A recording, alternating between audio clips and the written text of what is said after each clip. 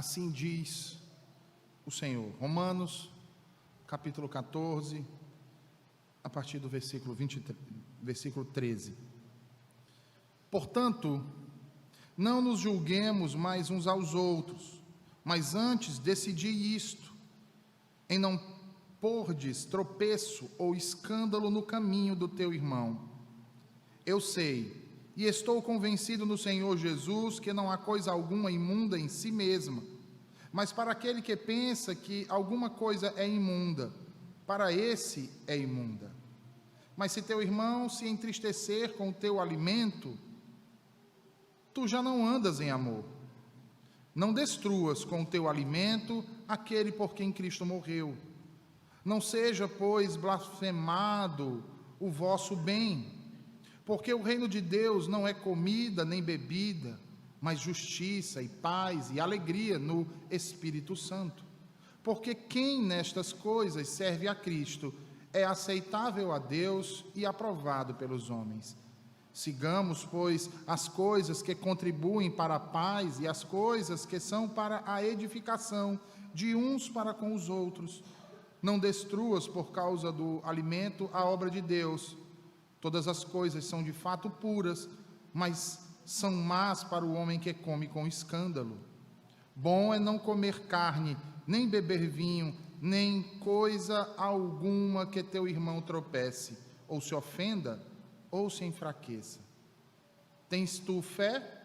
Tenha em ti mesmo diante de Deus. Pois feliz é aquele que não se condena a si mesmo nas coisas que aprova. Mas aquele que tem dúvidas é condenado se comer, porque ele não come por fé, pois tudo o que não provém de fé é pecado. Amém.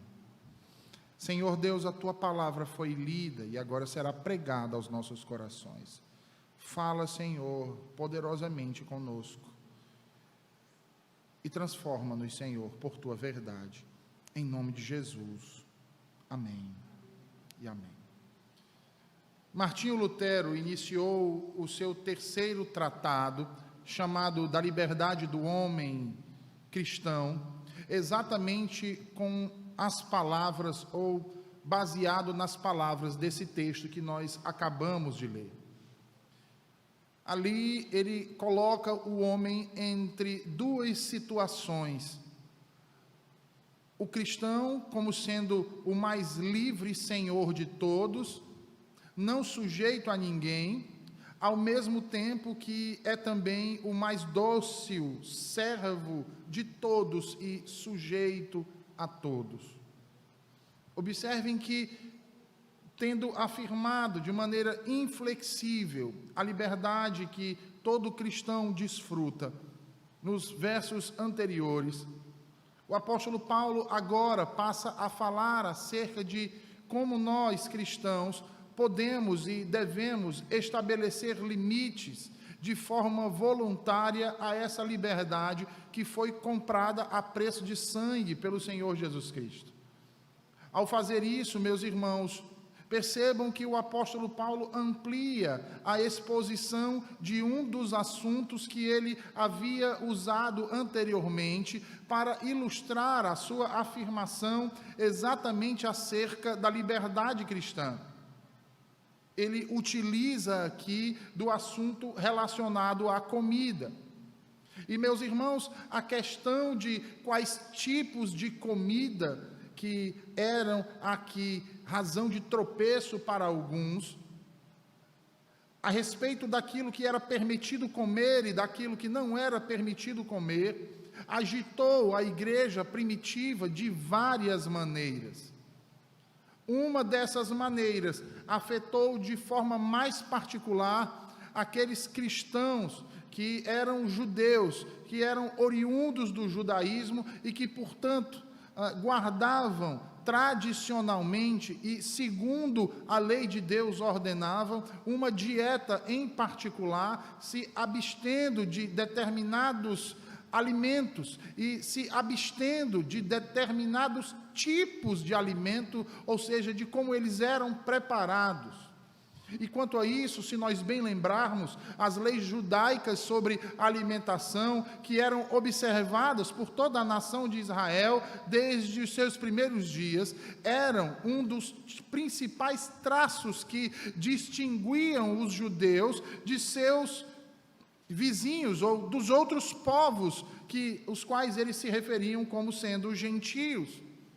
E perceba também, meu querido irmão, que não se tratava apenas de uma proibição absoluta de comer a carne de determinados tipos de animais, mas a dieta judaica, ela possuía leis que proibiam também comer a carne de determinados animais com sangue.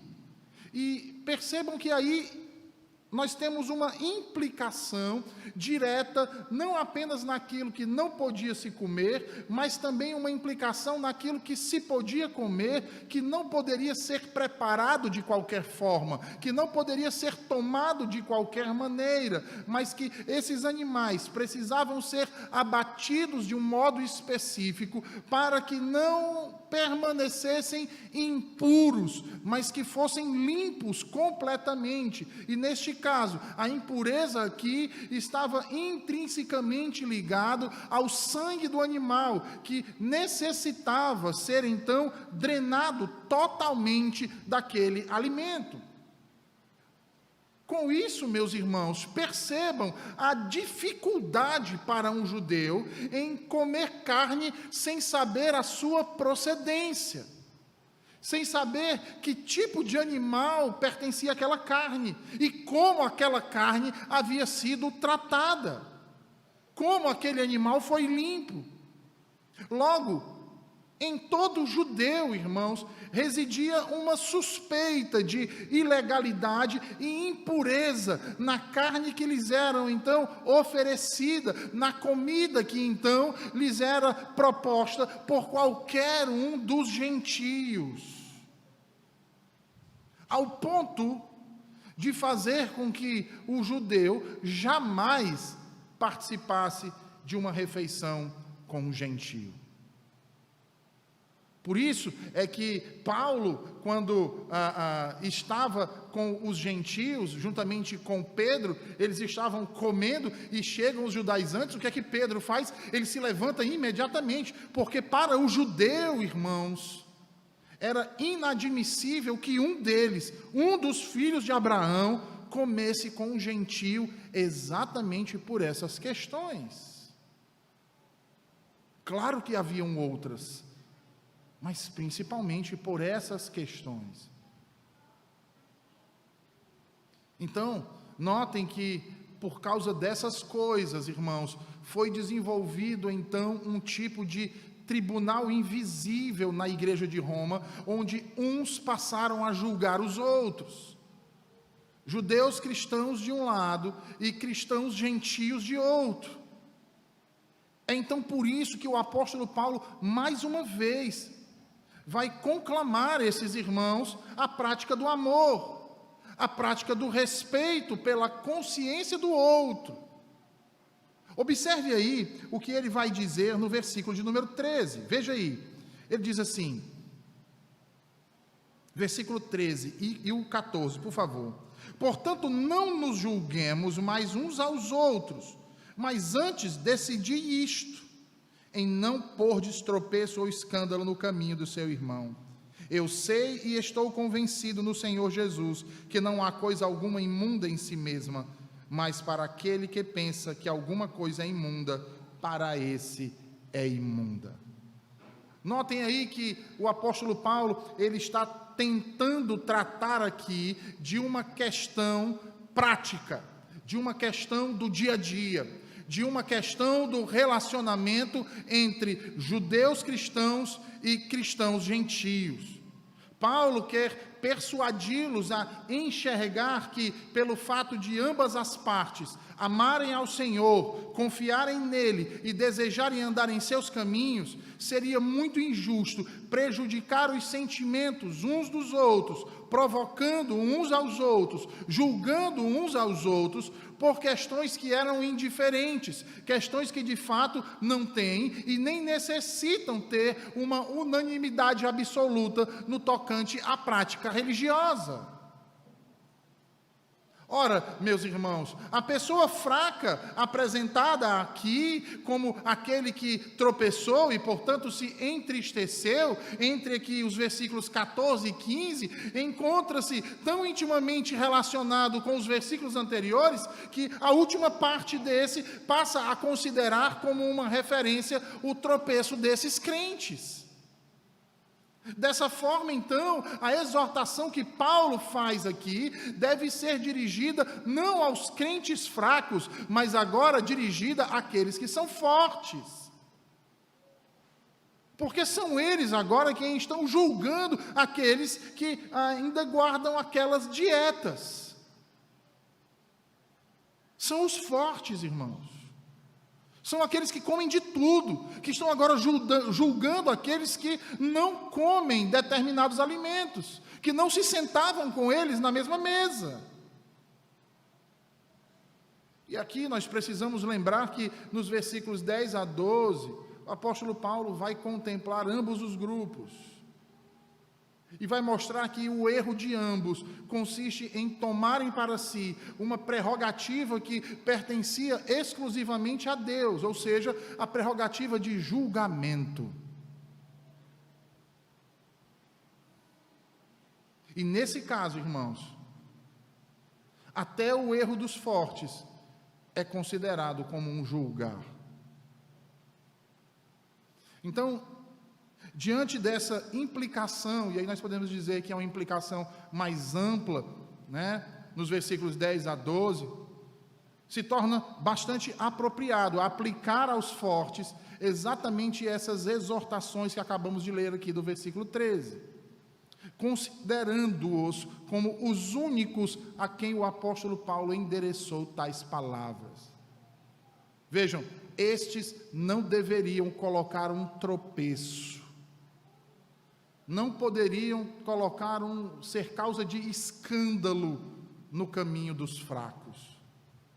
Tropeço aqui, meus irmãos, diz respeito a um tipo de empecilho em que um indivíduo pode esbarrar ao andar no caminho. E escândalo aqui, utilizado pelo apóstolo Paulo, se refere àquilo que causa uma ofensa, aquilo que é ofensivo, aquilo que leva alguém a pecar.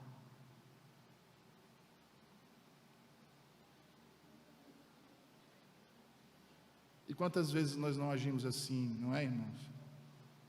Tentando impor ao outro mais fraco aquilo que para nós é indiferente.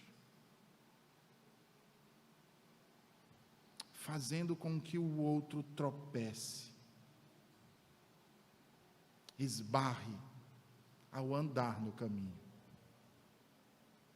colocando um obstáculo na frente dele, fazendo com que, na verdade, ele crie uma parede a qual ele não consegue passar, ele não consegue avançar, induzindo esse irmão, ofendendo a ele, levando-o a pecar, irmãos. Vejam, o apóstolo Paulo utiliza aqui esses dois termos num sentido metafórico, e ele tem em mente a ênfase de uma ideia, ou seja, a ênfase sobre aquilo que leva alguém a cair no pecado. Observem, irmãos, que num sentido mais grave, um motivo de queda é colocado aqui diante do indivíduo. E é colocado diante do indivíduo como algo que é sedutor. Há aqui um intuito deliberado de que o indivíduo seja levado a cair, a pecar contra a sua consciência. E nesse caso, nós não devemos supor que os fortes são concebidos como pessoas impelidas por tal intuito. No entanto, isso tão somente acentua o cuidado que os crentes fortes devem manifestar quanto às circunstâncias de fraqueza por parte dos irmãos mais fracos. Notem, meus irmãos, que os fortes são considerados como aqueles que colocam uma pedra de tropeço. Pedra de tropeço exatamente por não desistirem daquilo que pode tornar-se ocasião de tropeço para o irmão mais fraco. Eles persistem naquilo que é de segunda ordem. Eles persistem como sendo relevante naquilo que é irrelevante. É por isso então que Paulo vai mais uma vez bater nessa tecla. Mais uma vez, ele vai falar contra a falta de consideração e o desprezo do outro. A falta de interesse em ajudar o mais fraco a progredir no caminho da fé. Porque, na verdade, a intenção não é que ele progrida, mas que regrida. E isso é pecaminoso, irmãos. Vejam, a convicção a respeito da abstinência de certos alimentos, de certas bebidas, consistia exatamente no ponto de quê? No ponto de que essas coisas eram intrinsecamente más, e que o uso delas para estes propósitos era contaminador e contrário à moral, e que e que não poderia governar os crentes. Por isso, Paulo então suscita o princípio bíblico de que nada é impuro por si mesmo. E os irmãos devem lembrar que, escrevendo a Timóteo, lá no capítulo 4, versículo 4, Paulo vai reiterar isso. Ele vai dizer, tudo que Deus criou é bom. E recebido com ação de graças, nada é recusável. Percebam que o discurso de Paulo está muito bem alinhado com aquilo que disse o Senhor Jesus em Marcos capítulo 7, versículo 15. E aí notem quão significativa é então a afirmação de nosso autor hoje aqui acerca desse princípio, na expressão que ele utiliza ao dizer, eu sei que estou persuadido no Senhor Jesus Cristo. Meus irmãos, nenhuma conjunção de palavras poderia expressar de forma mais plena a certeza da convicção de Paulo de que ele está convencido e persuadido, como diz John Murray, dessa verdade aqui. Murray vai dizer, nenhuma outra expressão confirmatória poderia certificar a retidão de sua convicção mais do que o adjunto no Senhor Jesus. Então, Paulo os exorta na certeza que essa exortação é de acordo com o que diz o Senhor Jesus.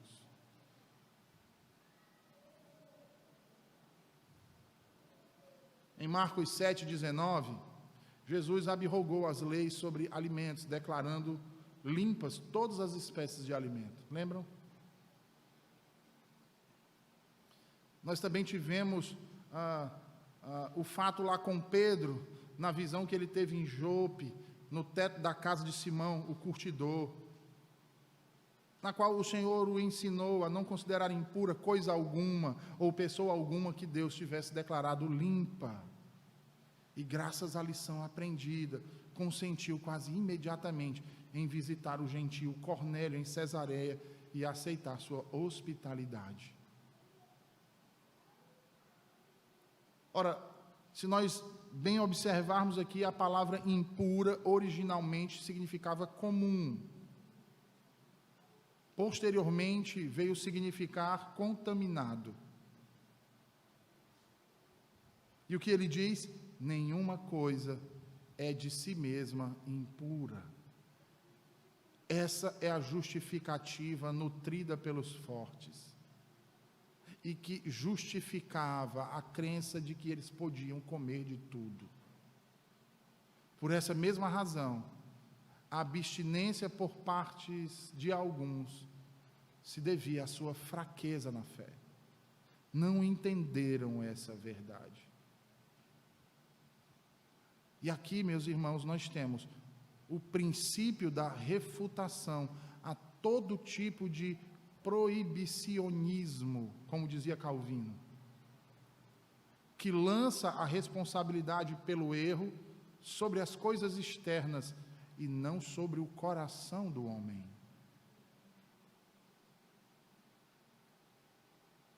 Eu tenho dito aqui, irmãos, que o grande problema da humanidade não é no que está externo a nós, mas é aquilo que está no nosso coração.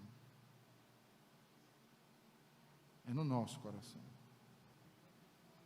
O problema do pecado não estava nos alimentos.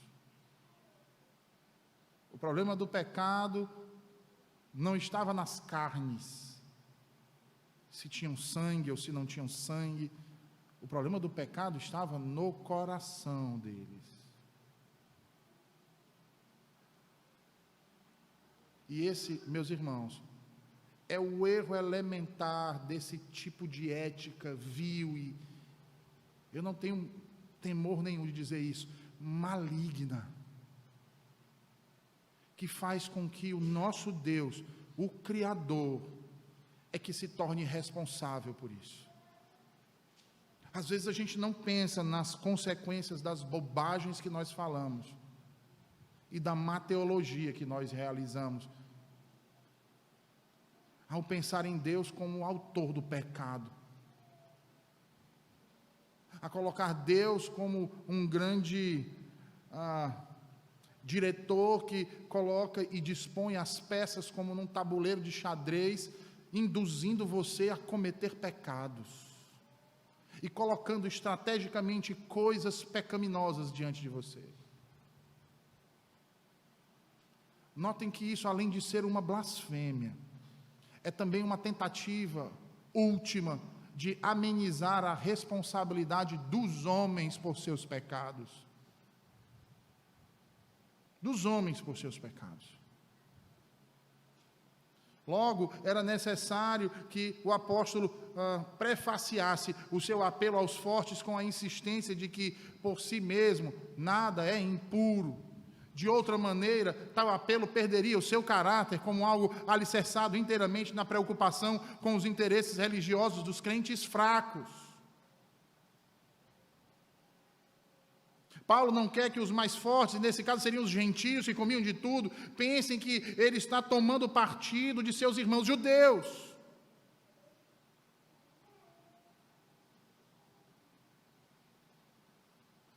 Mas ele quer que eles entendam, irmãos, que o problema não estava ligado àquilo que se podia comer e àquilo que não se podia comer, mas ao coração destes.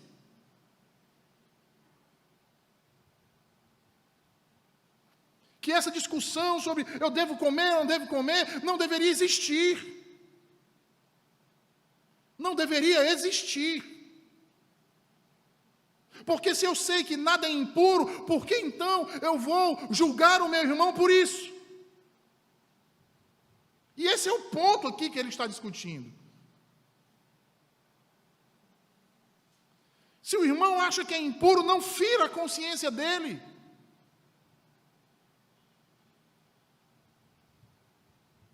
Mas o ajude a conhecer a verdade. Não imponha sobre ele um jugo, o qual você não tem o direito de impor, porque você não é Deus. E como nós fazemos isso, irmãos? Por questões ridículas, muitas vezes.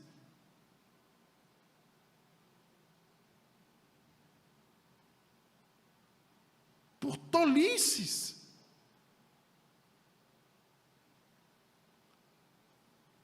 E agimos de maneira pecaminosa, deturpando a lei de Deus, agindo com legalismo. Olhamos para o outro e o criticamos Não porque não se veste com modéstia, mas porque não usa o vestido que a minha esposa usa, que eu mando ela usar. E aí eu passo a olhar para todas as mulheres da igreja e dizer: ímpias. Não se observa o princípio, mas aquilo que se quer que faça.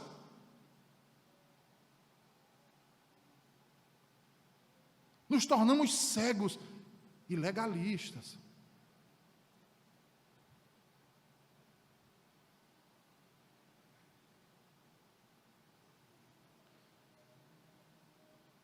Eu não quero que a minha esposa se aproxime da esposa do fulano e nem da esposa do cicrano. Por quê? Porque são ímpias. Mas você comunga na mesma igreja que elas. Hipócrita. Você senta na mesa do Senhor chamando-as de irmãs. E faz dela e deles indignos da sua presença. Quem é você?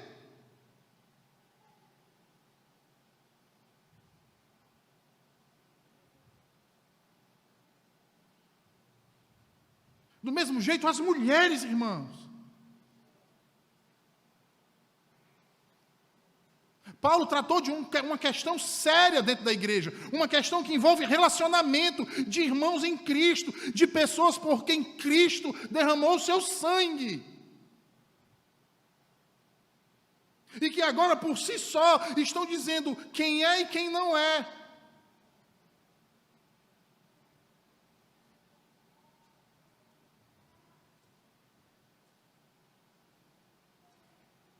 Aplicando a nossa realidade, irmãs que excluem outra. Não, essa aqui é muito velha, não dá para andar com a gente, não. Não, essa aqui, ela é muito chata, eu não gosto dela, então não.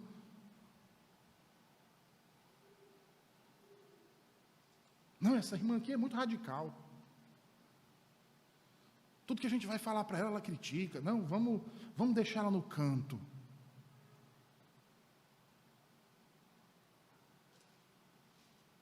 Percebem?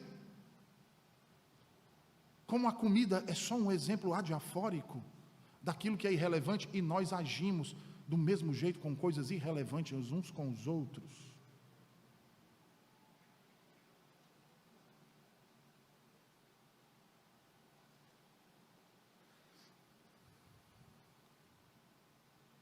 Meus irmãos, se certas coisas fossem intrinsecamente más, então seria exigido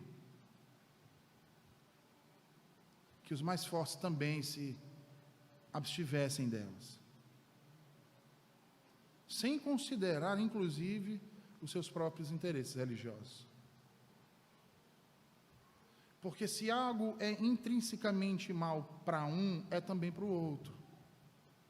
Não existe essa história de que algo é mal para você e bom para você. Ou tudo é bom para todos, ou tudo é mal para todos. Como diz o apóstolo Paulo no texto, o Senhor não faz acepção de pessoas.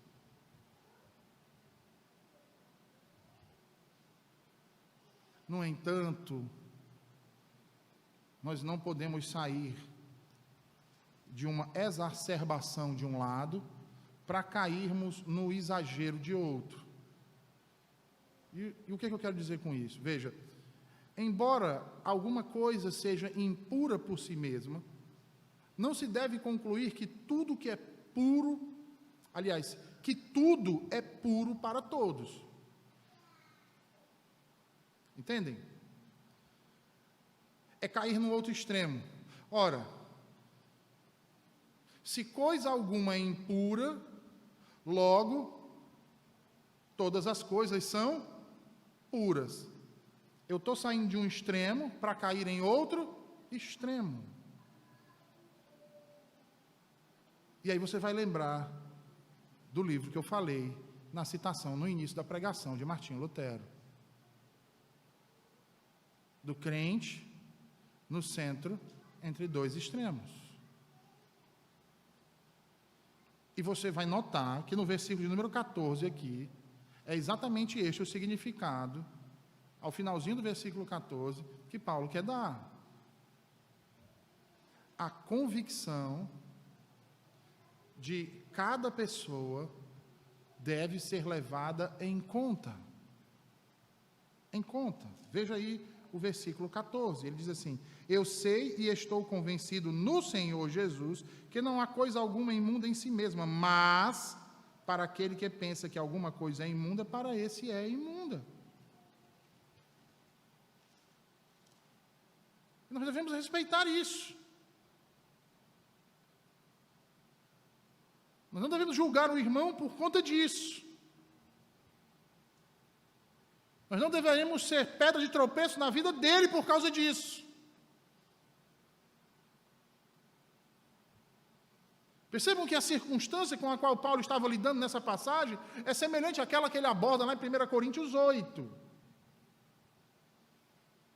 Quando Paulo fala dos ídolos, lembra? Ele diz: sabemos que o ídolo de si mesmo nada é no mundo. Por quê? Que um ídolo de si mesmo nada é no mundo? Ele vai dizer: porque só há um único Deus.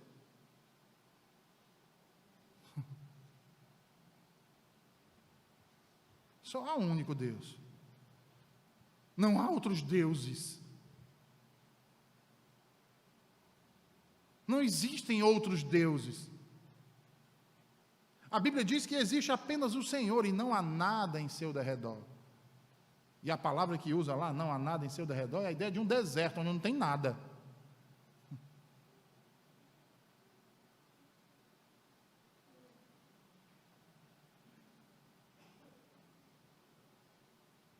Então veja, o ídolo de si mesmo, nada é no mundo.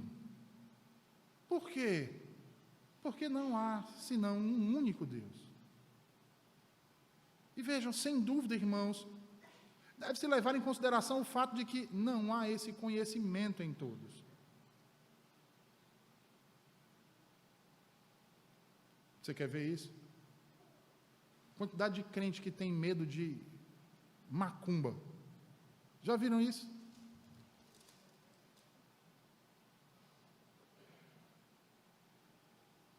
Medo de macumba.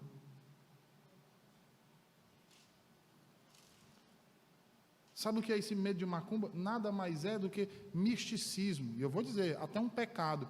É levando demônios ao patamar de Deus.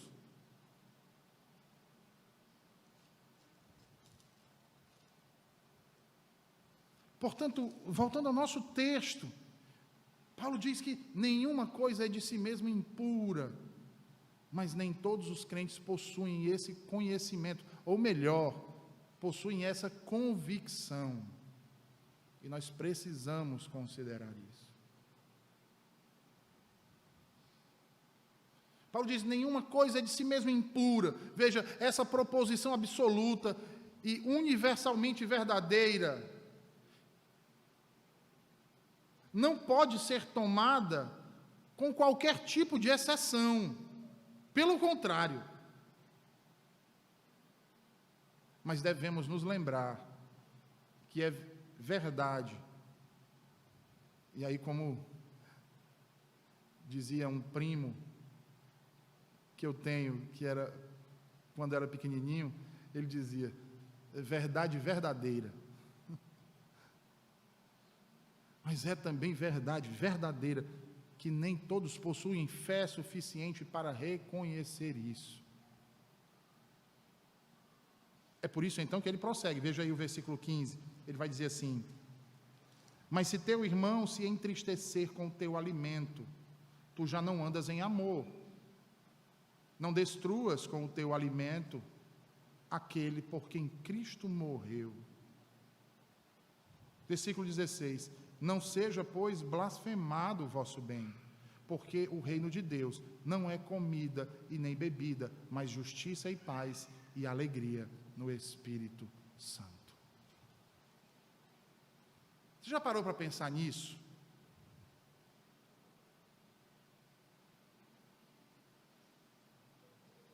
Eu vou perguntar a vocês, mas eu quero que vocês perguntem a si mesmos: de quantas maneiras nós podemos prejudicar nossos irmãos com relação a restrições de coisas inclusive que são boas, mas que eu julgo serem maus. Já pararam para pensar nisso? Nos prejuízos que isso causa, nos problemas que isso traz ao outro, e como isso afeta a nossa relação com Ele, e principalmente a relação dele com Deus. Vocês já pararam para pensar nisso? Sabe qual é o primeiro prejuízo? O prejuízo do amor, que é violentamente, brutalmente violado, quando nós entristecemos um irmão por um motivo banal, irrelevante. O primeiro prejuízo está no amor. O segundo prejuízo, e aí vai crescendo, né? Está direcionado ao valor do sangue de Jesus Cristo, quando ferimos uma consciência frágil, ao sangue de Jesus Cristo. E em consequência disso, o terceiro prejuízo, conectado à liberdade que Cristo conquistou para nós e para esses. E que ao ferir a sua consciência, nós os colocamos em cadeias. Ou seja, Cristo o liberta. Olha a arrogância dos homens. Cristo nos liberta e eu vou lá e procuro acorrentar o irmão de novo. Segundo os meus preceitos, segundo a minha vontade, segundo o meu querer, segundo o meu julgar, segundo o meu entender.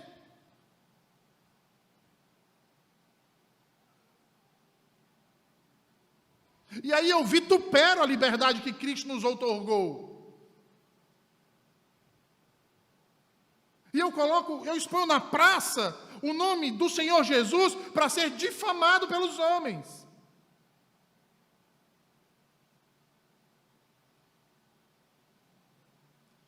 E aí percebam que essas razões deveriam ser suficientes para nos prevenir de incorrermos em escândalos, de incorrermos no pecado, de agirmos com negligência a essas verdades, ou usar a liberdade de uma maneira pecaminosa. Agora,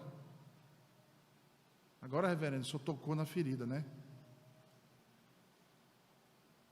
Porque tem crente querendo viver vida de pecado, dizendo que é liberdade cristã. Fazendo com que coisas primárias sejam tomadas como irrelevantes. E quantos não têm feito isso? Quantos não têm feito isso?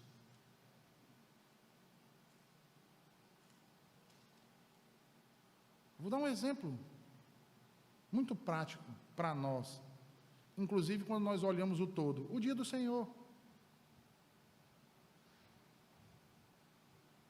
O dia do Senhor. Não são poucos os que pensam, olhando para os outros, que o dia do Senhor é uma coisa irrelevante. Eu posso crer como eu não posso crer, eu posso guardar como não posso guardar, não tem problema. É apenas uma questão de consciência. E nós já vimos que não é uma questão de consciência. Mas as pessoas fazem o quê? Usam a prerrogativa da liberdade para fazer coisas essenciais, não essenciais.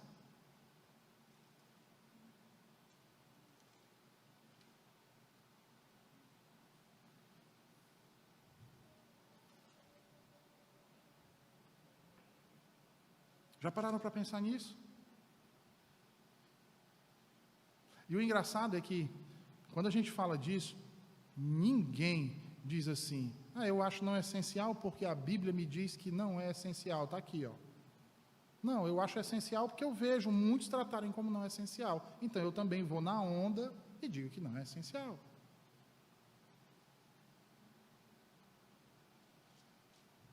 Não interessa se é o quarto mandamento. É tipo assim, os 10 mandamentos devem ser obedecidos, mas o quarto era só para o judeu. Como se a Bíblia estivesse dizendo: ouve, gentio, o quarto mandamento é só para Israel.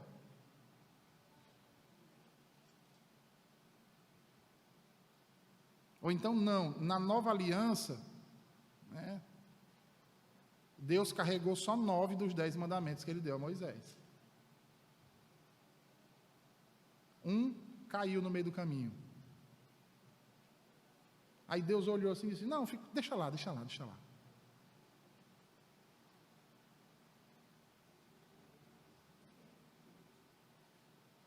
Quantos de nós não têm feito isso?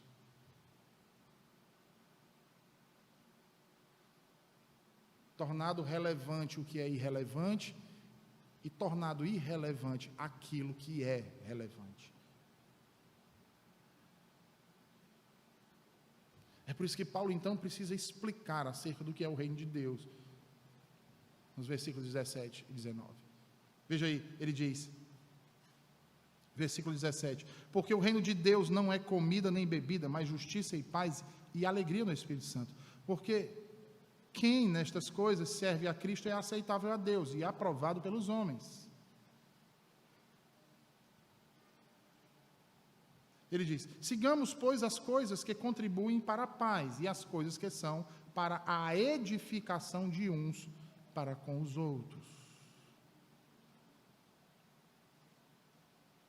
Em outras palavras, o apóstolo Paulo está dizendo o seguinte: cuidado com os exageros. Cuidado com as polarizações. E aí, usando uma palavra bem própria do nosso linguajar, não seja aloprado.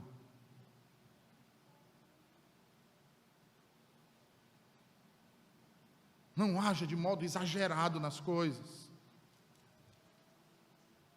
Vejam, nenhuma outra consideração poderia ter mais relevância ou força do que a de sermos lembrados, tanto negativamente quanto positivamente, no que consiste o reino de Deus. E aí Paulo nos lembra que o reino de Deus é o domínio ao qual pertencem os crentes. Nada, meus irmãos, define mais caracteristicamente a nossa identidade do que o fato de sermos membros do reino de Deus. O reino de Deus, como diria Calvino, é a esfera onde a soberania de Deus é reconhecida e a sua vontade, não a nossa, é suprema. É exatamente por isso, por essa razão, por este cerne,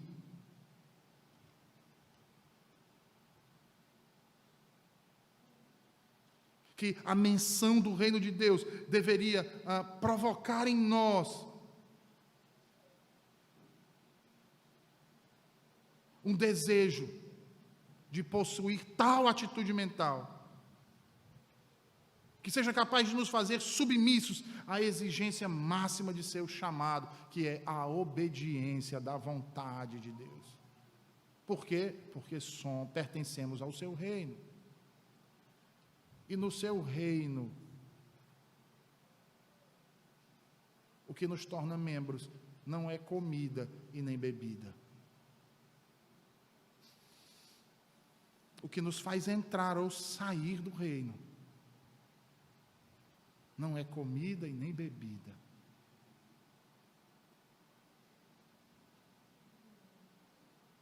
Observe que isso nos mostra que quando assuntos relacionados a alimentos e bebidas se tornam nossa preocupação fundamental, evidencia um problema grave em nossos corações.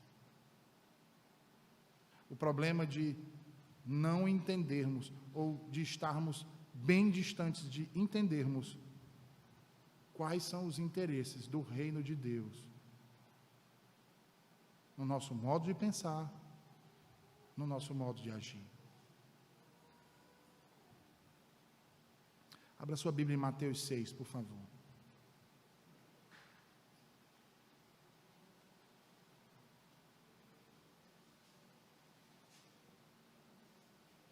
Mateus 6.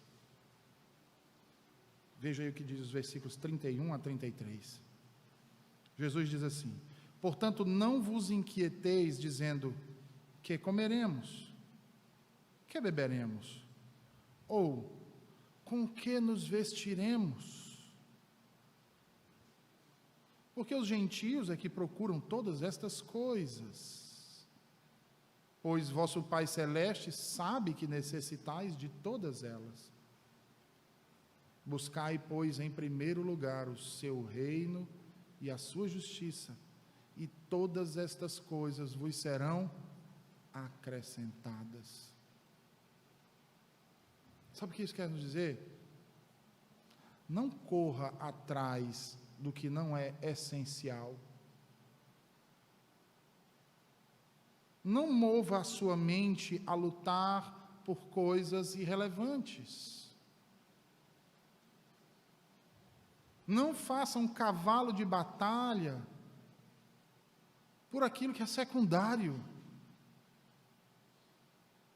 Antes, buscai o reino de Deus, buscai as coisas que são relevantes, buscai as coisas que são primárias, buscai aquilo que é importante.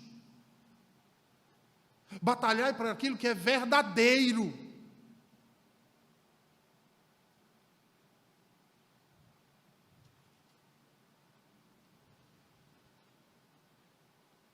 Buscai aquilo que diz respeito à justiça e à paz, vejam. Buscai aquilo que diz respeito à justiça consumada por Cristo. E a paz fomentada por Ele, preservada naqueles que lhe pertencem. Buscai aquilo que diz respeito à retidão, à harmonia, que devem governar a atitude e a conduta de cada um de nós, na comunhão da igreja, no corpo de Cristo, como iguais no Senhor.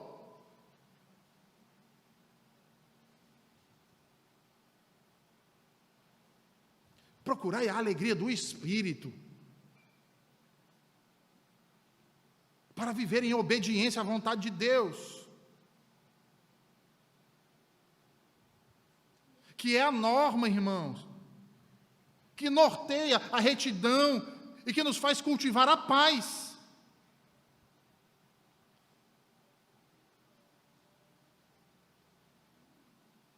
Portanto, veja aí o que diz o versículo 20 ao 23. Não destruas por causa do alimento a obra de Deus. Todas as coisas de fato são puras, mas são más para o homem que come com escândalo. Bom é não comer carne, nem beber vinho, nem alguma coisa que teu irmão tropece, ou se ofenda, ou se enfraqueça. Tens tu fé? Tem-na em ti mesmo, diante de Deus. Feliz é aquele que não se condena a si mesmo nas coisas que aprova, mas aquele que tem dúvidas é condenado a se comer, porque ele não come por fé, pois tudo que não provém de fé é pecado.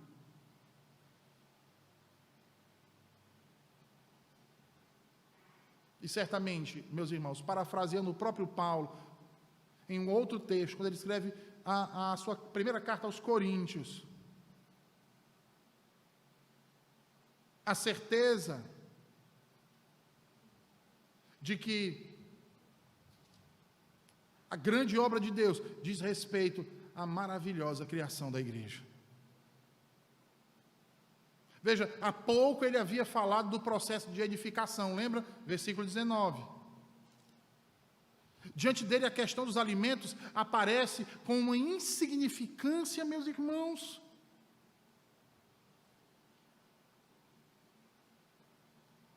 Perceba que é isso que o motiva a deixar mais uma vez claro os critérios. Ele diz aí, veja aí o texto aí, ele diz assim, todas as coisas, ou seja, as comidas, né? Na verdade são limpas. Observe também o que ele já havia dito lá no versículo 14. Ele prossegue, mas ou seja, torna-se mal para o homem o comer com escândalo. E isso aqui era o que faltava ele explicar no versículo 15. E aí vejam, como é difícil, irmãos, haver comunhão quando as pessoas só conseguem viver ferindo a consciência uns dos outros. Até dentro da sua casa. Quando o seu pai, preste atenção nisso, quando o seu pai ou a sua mãe, tudo que você vai fazer, ele recrimina. Tudo ele recrimina. Perceba como é difícil a convivência, como aquilo vai sufocando você, e como aquilo vai lhe travando. Você passa a ter medo de fazer qualquer coisa.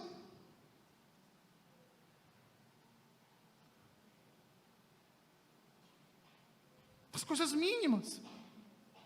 E às vezes a gente acha que isso não acontece dentro da igreja. Acontece, irmãos. Aconteceu em Roma. Acontece nas nossas casas.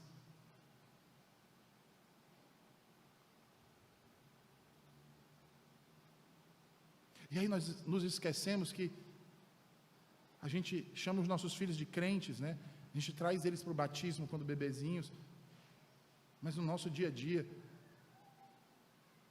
infelizmente em muitas famílias, palavras como inúteis, imprestáveis, não fazem nada que presta, são parte do cotidiano. E esquecemos que em Cristo, eles são nossos irmãos. E que são fracos. Porque não chegaram ao conhecimento que nós chegamos ainda. E ao invés de agirmos com amor em questões que são secundárias, nós já agimos com severidade em coisas que são irrelevantes.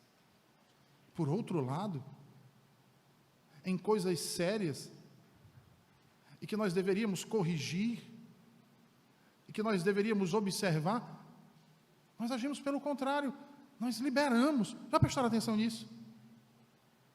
O que lhe faz pensar que na convivência na igreja você não traz essas mesmas práticas para cá? Claro que traz, irmãos. E o que Paulo nos ensina hoje é que isso jamais deve existir. No meu último sermão eu preguei sobre isso, e eu volto a dizer: pai, mãe, seus filhos são herança do Senhor.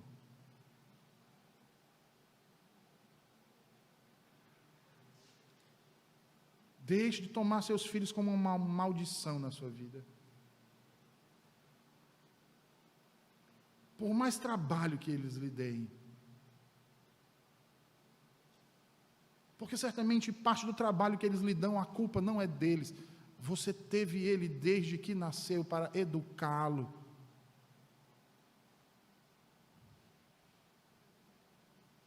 Portanto, não coloque a sua culpa sobre ele.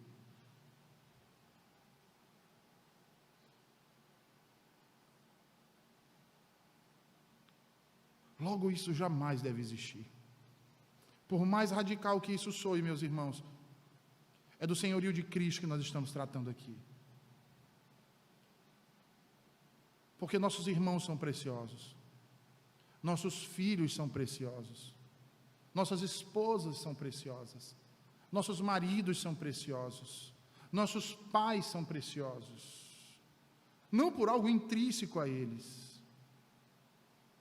mas porque Cristo derramou o seu sangue para salvá-los. É por essa razão, meus irmãos, que a liberdade chega então ao seu pleno sentido. Quando por pensarmos nisso, somos capazes, por essa verdade, e por amor a essa verdade, de nos abstermos daquilo que voluntariamente nós poderíamos gozar. Ou até mesmo, quando gozamos de algo que voluntariamente poderíamos renegar. Tudo isso fazemos por amor daquele que nos amou sem reservas, sem qualificações e sem razões plausíveis. Ele nos amou. Nos esquecemos muitas vezes que foi Ele, com seu amor, o Senhor Jesus, que veio não para nos afastar, Não para nos julgar. Não, ele não veio para nos julgar. Ele virá nos julgar. Mas ele não veio para nos julgar. Pelo contrário, ele veio para nos aproximar, para trazer para perto o que estava longe, para resgatar o que havia se perdido, reconciliar aquilo que havia se rompido. Quem somos nós para desfazer tão gloriosa obra de Deus? Que o Senhor nos abençoe e nos guarde e nos faça viver de modo ao seu nome ser glorificado. Vamos orar, meus irmãos? Ó Senhor bendito, obrigado por tua palavra nessa manhã e por nos falar acerca do conhecimento que precisamos ter, do amor, Senhor, da comunhão, da vida em harmonia com aqueles que tu derramaste o teu sangue, com aqueles que tu compraste, Senhor, com aqueles que tu os tornaste cidadão do teu reino. Que venhamos, Senhor, a observar aquilo que é importante para ti, aquilo que diz respeito à tua santidade, às tuas ordenanças, à tua lei, e que não venhamos, Senhor, a estabelecer outras leis que tu não estabeleceste, que não venhamos, Senhor, ainda que impelidos por nossa vil natureza, a agir como Senhor sobre os outros, principalmente sobre os nossos irmãos que pertencem a ti. Só tu és Senhor, só tu, ó Deus, és o nosso Rei, só tu és o nosso Deus. Nos abençoa com a tua verdade cada vez mais, em nome de Jesus. Amém.